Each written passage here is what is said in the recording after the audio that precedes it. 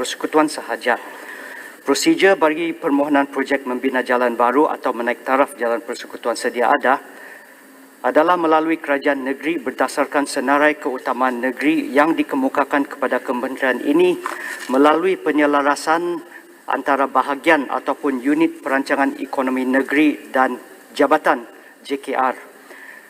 Senarai cadangan projek ini akan melalui proses tapisan di kementerian di mana ia akan dinilai dan diteliti berdasarkan kriteria penilaian terutamanya perancangan dalaman kementerian seperti yang digariskan dalam Pelan Pembangunan Jalan Raya atau Highway Network Development Plan atau singkatannya HNDP.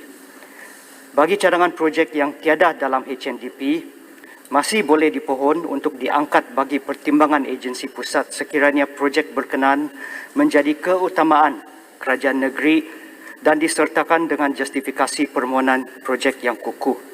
Sehubungan dengan itu, saya menyuruh kepada semua ahli yang berhormat yang telah bangkitkan isu pasal permohonan tadi ataupun untuk diwartakan sebagai jalan persekutuan ataupun projek baru supaya membawa cadangan projek yang ingin dipohon kepada pihak kerajaan negeri terlebih dahulu supaya projek berkenaan dapat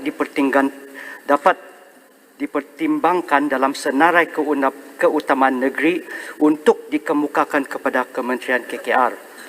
Sikit Menteri, Ketua Kongsi, terima kasih. Silakan.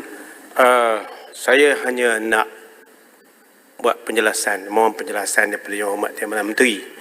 Kerana macam saya katakan tadi, jalan FT 1508 ini sering kali saya bangkitkan dan dalam RMK 12 kata masuk dalam rolling plan kedua, tiba-tiba RMK 12 hilang terus.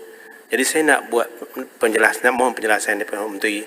Adakah bermakna kerajaan negeri tidak meletakkan jalan ini di bawah senarai keutamaan negeri? Kalau itu jawapannya, insya-Allah saya akan berurusan dengan negeri melalui wakil rakyat di kawasan berkenaan, ADUN, untuk dibawa balik dikemukakan kepada negeri agar diangkatkan sebagai senarai negeri. Sebab ini jalan ini penting untuk imej kerajaan persekutuan juga pada saya. Terima kasih. Terima kasih. Jalan terus. Sedikit Menteri, Kalabakan. Sila. Kalabakan.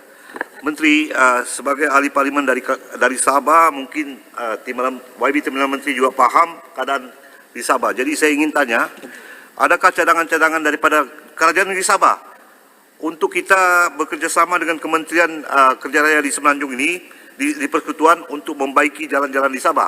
Jadi kita mau tengok satu pembaruan lah dalam pentadbiran kerajaan baru ini. Terima kasih.